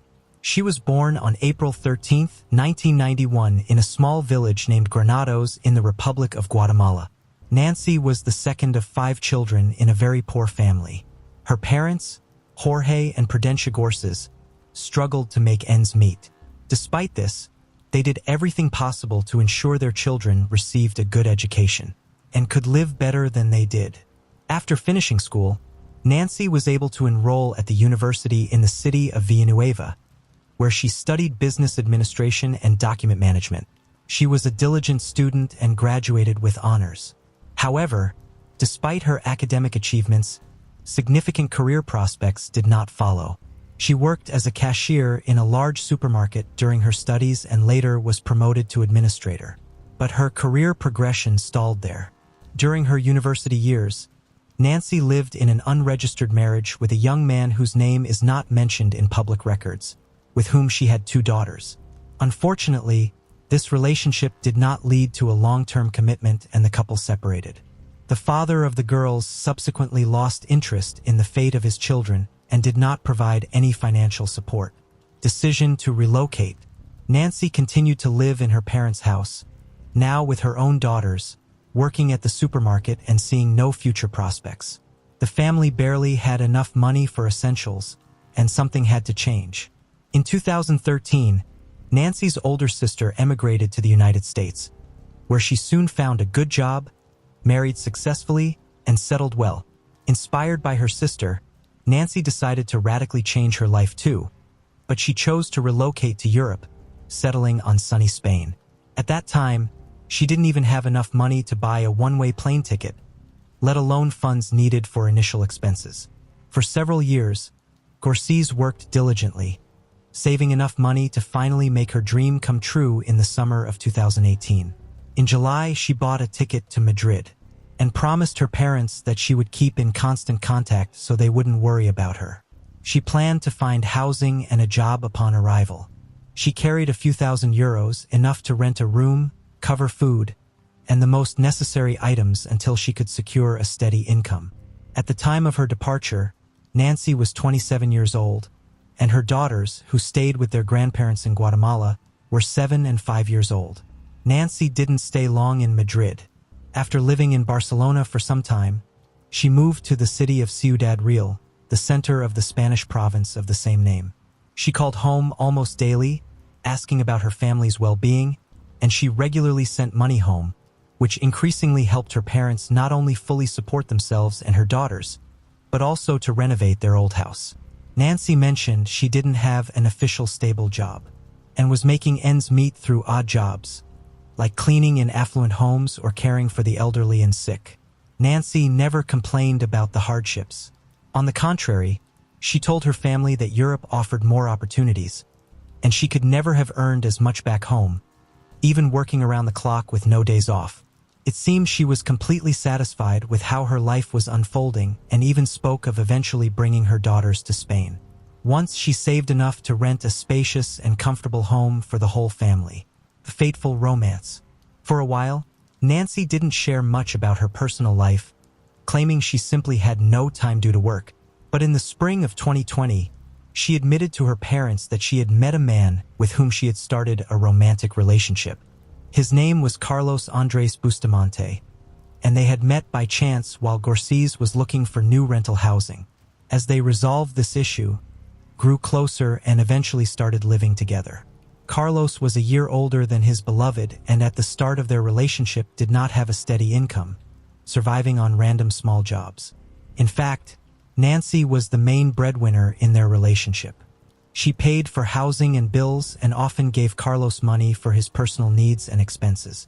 However, she never complained to her family about this, so her parents were confident that everything was fine, and their daughter had met a good man with whom she lived in love, harmony, and abundance. By that time, Nancy's 2 younger brothers had also moved to Spain with whom she kept in touch. She was particularly close to Dennis, the youngest brother, who had even met Carlos personally and found him likable. At the end of June 2020, Nancy and Carlos decided to move to the resort city of Santander, located on the Atlantic coast. In a phone conversation with her family, Nancy mentioned that the climate was warmer and better there, and she saw more job prospects. However, at that time, certain difficulties began to appear in her relationship with Carlos, which he tried not to discuss with anyone. Bustamante turned out to be jealous, temperamental, and quite cruel. Moreover, he lacked any career ambitions and was completely satisfied being supported by a woman. Most alarmingly, he abused alcohol and occasionally indulged in forbidden substances, although he constantly tearfully promised to quit and find a stable job. Garcés was openly doubting whether to continue her life with this man when she discovered she was pregnant. Carlos was thrilled by this news and swore that from now on, their life would change for the better. But in reality, things only got worse. He continued to drink and use drugs, taking money from his civil wife or asking his mother for it. Moreover, he began to physically abuse Nancy, something she tried to keep from everyone. Alarming signals. On the evening of August 12th, while Nancy was video chatting with her parents, they suddenly heard Carlos loudly shouting and berating their daughter, demanding to know who she was talking to. He didn't believe her when she said she was speaking with her mother and snatched the phone from her hands. After verifying the truth by looking at the screen, he simply threw the device onto a chair and walked away. The next day, the situation repeated itself. Carlos again grabbed the phone from Nancy's hands while she was talking to her parents and daughters. He demanded to see who she was speaking with, insulted her, and even threatened harm. A frightened Nancy later explained to her relatives that her partner was just overly jealous and tried to reassure them that everything was fine. Her parents, however, tried to persuade her to contact the police, but she insisted that she could handle the situation herself. However, on August 17th, during a candid phone conversation with her sister, Garcés ominously stated that if anything happened to her or if she suddenly died, Carlos would be solely to blame. Her words were chilling, but she did not elaborate further, only asking her sister to take care of her children if needed. This was the last time her sister heard Nancy's voice. Mysterious disappearance of the pregnant woman. On August 20th, around 2 in the afternoon, Nancy sent a text message to her father promising to call later that evening. But she never did, nor the next day, which was unusual for her. She also did not respond to calls from her family, prompting them to try contacting Carlos, but he did not answer his phone either. Since the couple had recently moved to Santander and had no friends there, and Nancy's brothers were on the other side of the country and couldn't quickly arrive to check on her, the situation was alarming. A few days later, a strange message came from Carlos' phone stating that he and Nancy had argued and decided to split up. Allegedly, she had packed her things and left in search of a separate apartment, was ignoring his calls, and he had no idea where she might be. Her brothers then suggested that Carlos should immediately come to Ciudad Real so they could go to the police together and file a missing person report. Carlos readily agreed, but as expected, he never showed up, did not file the report. And on top of everything else, he too stopped communicating with the Gorses family. Mother knew everything. The relatives of the missing woman themselves contacted the police to report her disappearance. Meanwhile, through Nancy's friends, her brothers found the address of Sandra Bustamante, Carlos's mother. When they visited her, introduced themselves, and explained the situation, she unexpectedly broke down in tears, confessing that she had suspected her son could do something terrible to his partner, but she did not elaborate on the details. Sandra also had no idea where her son and future daughter-in-law were. Carlos wasn't answering her calls, but only sent brief messages, asking her not to ask questions and to give him some time. She liked Nancy, but knew her son too well and understood what he was capable of. The next day, Sandra was called in for questioning at the police station. Law enforcement wanted to discuss the disappearance of her would-be daughter-in-law and to find out the possible whereabouts of Carlos.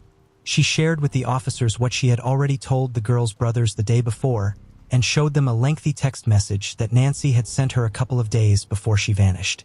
In the message, Nancy pleaded with Sandra never to give her son money, regardless of the tearful stories he might concoct. According to Gorses, he would spend it all on alcohol and banned substances, under the influence of which he became very aggressive and cruel. He had no desire to find a job or battle his addictions, and his behavior became increasingly threatening, prompting the pregnant woman to consider leaving him. She ended her message by saying it was better to end things now, before anyone got hurt. Another disturbing detail also came to light. It turned out that Carlos had several prior convictions for causing bodily harm, and one of his first victims had been his own mother, whom he had brutally beaten when he was just a 17-year-old teenager. At that time, he had gotten off with probation, but later, after leaving his family home, he had served short terms for assaulting women with whom he lived and tried to form relationships. The oldest profession. The investigation was just beginning, but in the first few days, many curious details emerged that indicated this union was doomed from the start. In addition to Carlos being an aggressive, unemployed drug addict with a criminal record and suffering from uncontrollable bouts of rage, friends of Nancy revealed something interesting about her as well. It turned out that the woman was not merely a housekeeper or caregiver, as she had told her parents, because cleaning houses and caring for the elderly would never have brought in as much money as she was sending home every month. The slender, dark-haired Guatemalan with a striking appearance provided escort services to wealthy Spaniards and visitors alike. Indeed, her work was connected to the odd and sudden move to the resort port city of Santander, where she had more opportunities to earn. Carlos knew about his beloved's occupation, and initially, he was fine with it since she fully supported them both, eliminating the need for him to find work himself. However, when she became pregnant, he began to lose his mind. Firstly, he was tormented by doubts about whether he was the father of the child, suspecting it might be one of Nancy's clients. Secondly, she continued to work even in her condition, and Bustamante was insanely jealous. He alternated between forbidding her to meet and talk with other men and forcing her to work when they ran out of money to live on. The money that the man took from his mother, he spent exclusively on himself and his vices. Horrific discoveries. In a rented apartment for nearly a week, there had been no known whereabouts of Nancy and Carlos. Carlos had been in touch but only responded with messages and never disclosed his location. Surprisingly, It wasn't until August 26 that police finally obtained a warrant to search the couple's vacant rental apartment in Santander. What they found there was truly shocking and left no doubt that Nancy was no longer alive. Blood traces were found virtually everywhere in the apartment. Some attempts had been made to clean them up, but for the most part, they were visible even to the naked eye. In the clogged drains of the bathroom and toilet, fragments of bones, hair, as well as pieces of skin and internal organs were discovered. Forensic analysis confirmed that all belonged to the missing woman, although her remains were not found in the apartment. The crime scene suggested that Nancy had been brutally ended, dismembered in the bathroom, and her remains disposed of elsewhere. Carlos immediately became the prime suspect in the case. He remained unreachable, and his whereabouts were unknown. Also found in the apartment was a package from a small hatchet purchased at a local hardware store. The tool itself was not found, but Carlos Bustamante's clear fingerprints were on the package. Security footage from that store showed that on August 20th, Carlos bought the hatchet, a pair of sturdy rubber gloves, and large trash bags. At a market near their home, he purchased a small cart from an elderly vendor, who immediately recognized the suspect from a photo shown to him. Arrest and search for the body. The day after the grim discoveries in the apartment, an unsuspecting Carlos unexpectedly turned himself in at a police station in Madrid. Trying to deflect suspicion from himself, he went to report Nancy missing, but was immediately arrested as the main suspect in the gruesome crime. Carlos claimed he had nothing to do with what happened, stating they had argued and parted ways on August 20th. He said he left town in a fit of emotion and was unaware of any subsequent events involving Nancy. He suggested that someone might have attacked her when she returned to the apartment to gather her belongings. Carlos' version sounded far-fetched, especially after police found his fingerprints on the hatchet's packaging.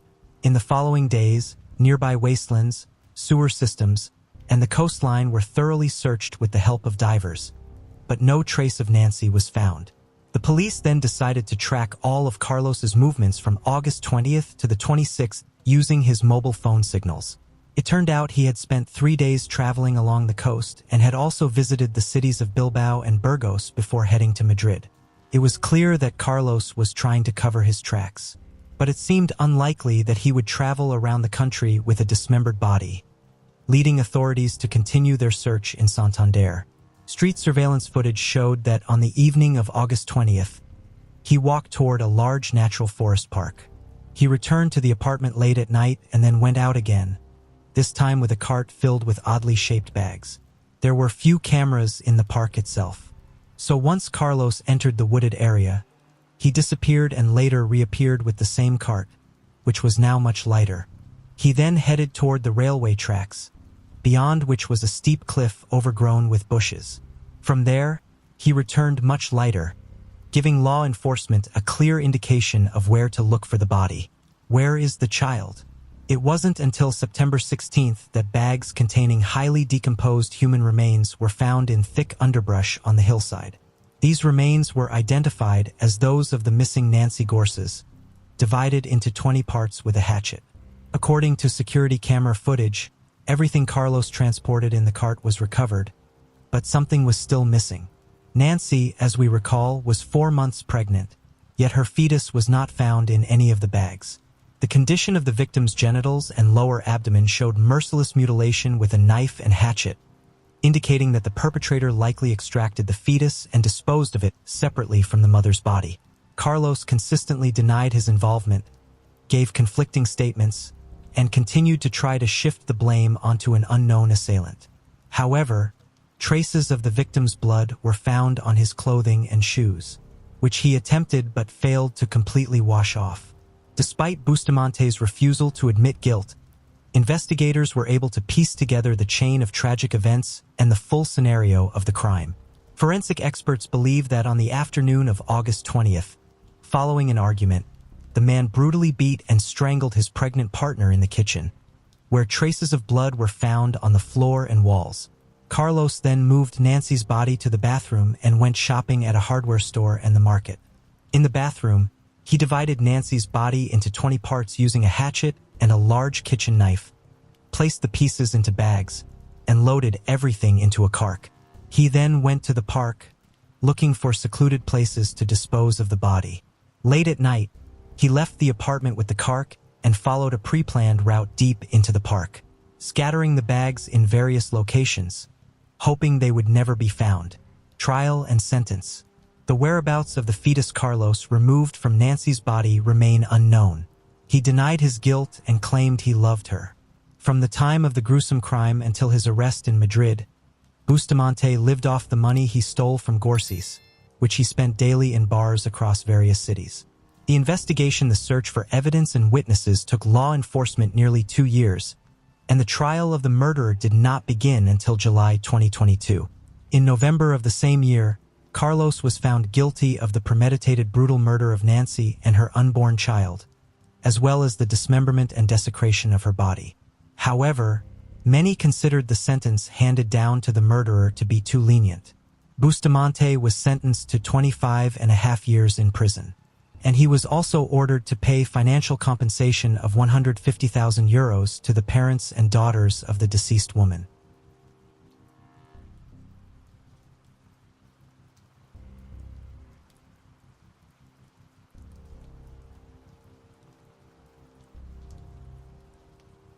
On the night of May 2nd, 2018, Dershay and Sharma walked straight into a trap without realizing it would be the last thing he ever did. He was drawn in by the promise of a romantic evening, driving through the dim streets of Jaipur, completely unaware that danger awaited him. When he arrived at the apartment where he thought his date was waiting, the atmosphere quickly changed from excitement to something far more sinister.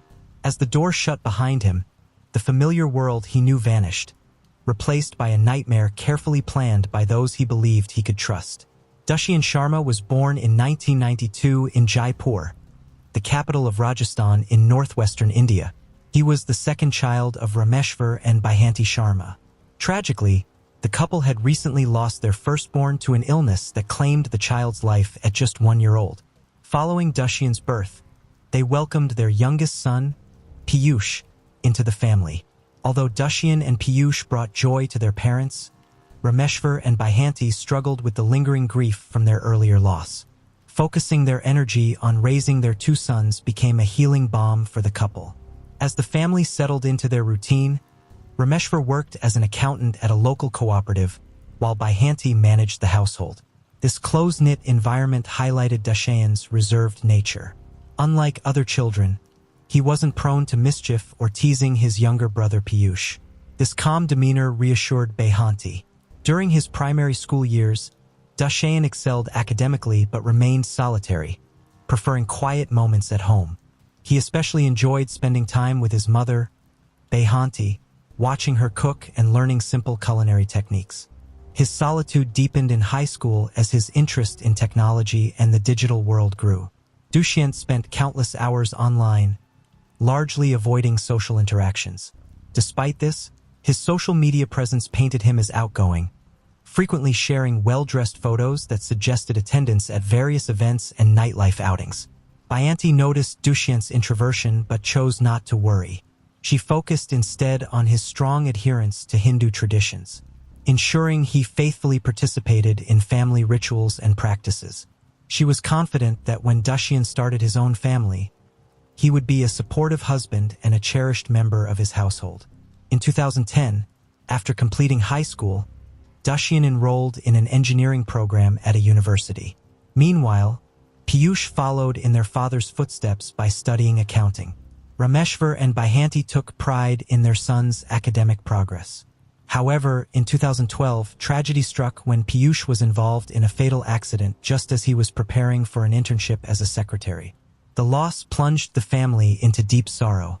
To protect Dushyant, Rameshwar turned to traditional Hindu practices, giving him protective talismans and rings. The couple also began searching for a suitable partner for Dushyant to ensure the family lineage continued. In 2014, after graduating from university, Dushyant secured a position at a mining company and was appointed as a project director. Around this time, Rameshwar and Baihanti met with a family from their community whose daughter, Vitu, was single. After several thoughtful meetings, both families agreed that Vitu would be a good match for Dushyant. They arranged a formal engagement ceremony, during which Dushyant and Vitu met face-to-face for the first time. The mutual attraction between them provided both young people with confidence in their parents' decision. In May 2015, Dushyant and Vitu were married in a ceremony that faithfully adhered to their family's rituals and traditions. Their marriage flourished with mutual respect and support. Vitu managed household duties while Dushyant worked at the company, and he was always ready to assist her, especially in the kitchen, which he found particularly enjoyable. Vitu quickly earned the affection of her in-laws, who treated her like a daughter. In November 2016, the couple welcomed their first child, bringing immense joy to grandparents Rameshwar and Baihanti. It seemed that after enduring so much heartache, life had finally become kind to them. However, behind the harmonious facade, Dushyant spent long hours online and eventually created a fake profile on a dating app. Under the alias of a wealthy businessman from Delhi, he connected with Priya in February 2018. Priya, born in 1991 in Rajasthan, came from a middle-class family with a university professor father. She was an exceptional student, accumulating numerous certificates and medals that adorned her family home. However, her parents were concerned about her increasing rebelliousness, as Priya was known to challenge them to achieve her goals. Her outstanding academic performance allowed her to choose from a wide range of university programs. In the end, Priya decided to pursue an arts degree at Jaipur University. In 2012, she moved there, relying on her father for financial support, who sent her $250 a month. However, as someone never satisfied with her circumstances, it wasn't long before Priya, captivated by the luxury and comforts of the city, found this amount insufficient. To supplement her income, she began taking various training courses alongside her studies, aiming to secure a job in public administration. In her second year of university, while browsing the newspaper for potential job openings, Priya stumbled upon an ad that piqued her interest. She jotted down the details and later visited the location. To her surprise, she discovered it was an escort service offering money for recruiting other university girls. Her initial reaction was to decline, but upon learning about the potential earnings, the ambitious Priya reconsidered. Before long, she started working for the agency. From that moment, Priya became obsessed with money, specifically with obtaining it easily. She constantly envisioned herself surrounded by wealth and luxury. Driven by these dreams, she soon launched her own business, a website offering high-profile escorts to wealthy businessmen. However, her transactions were nothing but a scam. Whenever clients contacted her, she would send them photos to choose from and then demand full payment upfront. After meeting them at their hotels to collect the cash, she would disappear, turning off her phone and vanishing without a trace. Although the scheme required her to frequently change phone numbers, this was a minor inconvenience compared to the substantial sums of money she was making. With her newfound wealth, Priya expanded her collection of clothing and accessories without worrying too much about her bills, and her desire for opulence only grew stronger. Priya knew exactly who her ideal clients were. She targeted men aged 35 to 50, preferably married, as they were more likely to stay silent after being scammed, fearing public humiliation or the loss of their marriages. However, in 2014, one of her victims finally mustered the courage to file a fraud complaint with the Jaipur police. As a result, Priya was tracked down and arrested. Although she posted bail and was quickly released, she immediately began scheming new ways to make easy money, which led her to commit an ATM robbery. Once again, she was caught and arrested, but surprisingly, she managed to secure her release the very same day. In early 2018, Priya started a relationship with a bank manager. Initially, she played the role of a typical girlfriend, and they even moved in together. But suddenly, without any prior conflict, she began threatening to file a false report of intimate abuse against him, demanding $12,000 in exchange for her silence. Unintimidated, the bank manager reported the incident to the authorities, and Priya found herself behind bars once more. Despite her repeated offenses, she was back on the streets by February 2018. That same month, she created a profile on a dating app and met Dixant Kamra. At 21 years old, Dixant was originally from Jaipur and had recently worked as a model and producer in Bombay. Mismanagement of his finances had led him to accumulate $30,000 in debt, eventually forcing him to return to his hometown. After their first in-person meeting, Priya and Dikshant quickly started a romantic relationship. In an attempt to be as honest as possible with her, Dikshant opened up about his life, even sharing his most personal struggles, including the financial problems he was facing.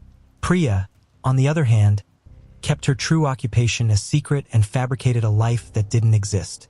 When the truth about his girlfriend eventually came to light, Dixant didn't distance himself. Instead, he saw an opportunity. He asked Priya to use the dating app to connect with a wealthy businessman from Jaipur who could help him clear his debt. This request coincided with the appearance of a new contact in Priya's app, and the cunning Priya recognized the opportunity her beloved was seeking.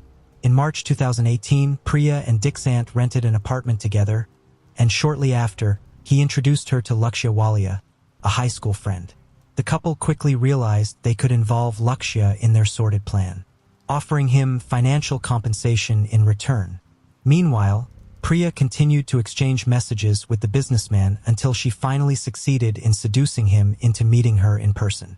Their first date took place at a restaurant, and the supposed chemistry between them worked so well that throughout April they continued to meet, usually at the same place. On May 2, 2018, with the real scheme in mind, Priya invited the businessman to her home. Thrilled by such an invitation, Darshan eagerly accepted. After agreeing on an initial meeting point around 7 p.m. that Wednesday, Darshan informed his father that he needed to go to work to handle an urgent matter, promising to return in about an hour. He then drove to the location Priya had given him. Along the way, she called to tell him that she was with two good friends who wanted to meet him. Meanwhile, as the hours passed and it was nearing 9 p.m., Ramakaur grew anxious and tried to contact his son, but Darshan cut the call and then turned off his phone. A few minutes later, Darshan's mother also tried to reach him. This time, he answered, apologizing and explaining that the police had impounded one of his company's trucks and were demanding a fine. To keep the story believable and cover his tracks, he told her he would likely return home after midnight or, at the latest, the next morning. Nothing could have prepared him for what was about to happen. Upon arriving at Priya's address, Darshan was ambushed by Dixant and Lakshya, who tied him up and covered his face. Meanwhile, Priya demanded that he hand over $12,000. Realizing that this was an impossible sum for him to produce, Darshan was forced to admit that the persona he had created online was a lie. Priya, confused, didn't believe him. However, when she searched his wallet and found his ID and driver's license, she finally understood that she too had been deceived. During this time, Darshan's family tried repeatedly to reach him, but his phone remained off. As midnight came and went, his father, now desperate to find his son, gathered some neighbors, and together they searched the streets, hoping to find some clue to his whereabouts. Despite visiting several police stations, they found no leads. On the morning of Thursday, May 3rd, Priya forced Darshan to call his family, demanding they provide the money or they would end his life. The shock and terror left his father speechless for a few seconds until a female voice on the other end jolted him back to reality. The harshness of her words motivated Rameshwar to try and take control of the situation. After hanging up, Priya and Dikshant took Darshan's debit card and demanded the PIN. However, they quickly realized that the daily withdrawal limit wouldn't allow them to get the full amount they demanded. Additionally, they grew increasingly worried that the family might alert the police. Deeply frustrated by the failure of their plan and sensing that there was no way out, they decided to end Darshan's life using a sharp weapon. Afterward, Lakshya returned home to change his clothes while Priya and Dikshant cleaned the apartment. Once they were done, they got into Darshan's car and drove to a market where they purchased a large suitcase with wheels. Meanwhile, unaware of the tragedy that had already unfolded, Rameshwar managed to gather the money and, before noon that Thursday, deposited it into his son's account. He then sent a message to Darshan's phone, informing him that he had fulfilled his part of the deal. As soon as she received the message, Priya went to an ATM, covered her face, and withdrew the maximum amount allowed by the bank. Back at the apartment, She and Deekshant placed Dershian's body in the new suitcase and loaded the heavy burden into the victim's car. As an additional precaution, they placed fake license plates on the car and set off toward a forested area on the outskirts of Jaipur. There, they abandoned the remains before picking up Lakshya and returning to their apartment. By this time, the lack of news from the captors had left Rameshwar's nerves shattered, prompting him to go to the police and file a report. The search for Dershian and his captors began immediately. Unsure of what to do next, the trio decided to stay in the apartment. However, they were acutely aware that they would soon need money to escape. The solution came from Priya, who, as usual, devised a plan to scam a man. She met with her target at a hotel, asked for payment up front, and then excused herself, claiming she needed to pay the driver before quickly leaving the scene. When Priya returned to the apartment, Dikshan and Lakshya had finished cleaning and had even purchased a fake license plate for Dershian's car. Confident that they had covered all their tracks, they got into the vehicle and drove to a train station, planning to leave the city early the next morning. While the trio was preparing to flee, on the night of Thursday, May 3, 2018, a passerby stumbled upon the abandoned suitcase. Believing he had found something valuable, he opened it, only to be horrified by the contents. Shaken by what he had discovered, the man immediately contacted the authorities. Forensic experts arrived, and the unidentified body was transported to the morgue. The preliminary autopsy report revealed that the victim had died from multiple stab wounds to the face. Notified of the discovery and the physical characteristics of the body, investigators contacted Rameshwar to confirm whether it might be his son. When he arrived at the hospital and saw the body, the numerous wounds made the already horrifying experience even worse. However, upon recognizing the amulets Dershiant was wearing, Rameshwar knew without a doubt that it was his son. During the subsequent investigation, it was discovered through phone records that, in the days leading up to his disappearance, Dershiant had called the same unknown number several times, a number not linked to anyone in his circle. Satellite tracking allowed authorities to locate Dershiant's device and confirmed that it had been in close proximity to the mysterious number on the night he went missing. Hoping the information would lead them to the perpetrators, the police followed the signal to an address. However, when they arrived, they found only an empty residence. While forensic teams collected evidence from the apartment, luminol tests revealed numerous bloodstains, and within hours, more than 100 items were recovered for analysis. Neighbors identified Priya and Diksant as the residents. Early on the morning of Friday, May 4, 2018, the phone records placed the unknown number near the Jaipur train station, prompting the police to rush to the location. In a scene reminiscent of a movie, Priya, Diksant, and Lakshya's attempt to flee was thwarted by officers who quickly arrested them. At the police station, all three confessed to their involvement in the crime, although their attitudes varied greatly. While the two men showed signs of remorse, Priya remained disturbingly unconcerned. Her calm demeanor even led some officers to question whether she fully grasped the severity of the situation. On September 12, 2018, the trio appeared before the court for the first time. Charged with unlawful confinement, murder, destruction of evidence, and criminal conspiracy. During the hearing, the court confirmed their pretrial detention. Initially, each defendant hired their own legal team, and over time, they began blaming one another for the crime. However, Priya soon became the face of the case, drawing intense interest from the public and the press. The media's fascination with Priya grew to such an extent that numerous outlets sought interviews with her, but she rejected them all. Despite multiple attempts to secure bail, her requests were consistently denied by the court. The joint trial took place in November 2023. After hearing witness testimonies and reviewing the prosecution's evidence, the judge declared that the facts of the case were clearly established through circumstantial evidence. On November 23, 2023, the court found Priya Diksant and Lakshya guilty. The following day, the court sentenced all three to life imprisonment for the murder of Darshan Sharma. The sadness on the faces of the convicted was evident, with Priya unable to hold back the tears that streamed down her cheeks. Although Rameshwar closely followed the trial, the thought of facing those responsible for his son's death was unbearable. However, even from a distance, the final judgment brought him a sense of relief after 5 long years of waiting. While the scars of the tragedy remained unhealed, Dershian's parents found renewed strength not only in their grandson, but also in Vitu, who, having moved past the deceptions of her late husband, continued to provide Rameshwar and Baihanti with the love and care she had always shown them.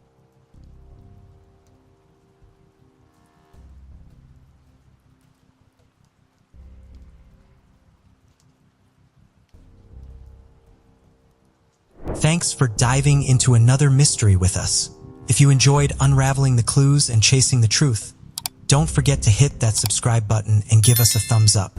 Your support helps us bring you more thrilling cases and deep dives into the unknown.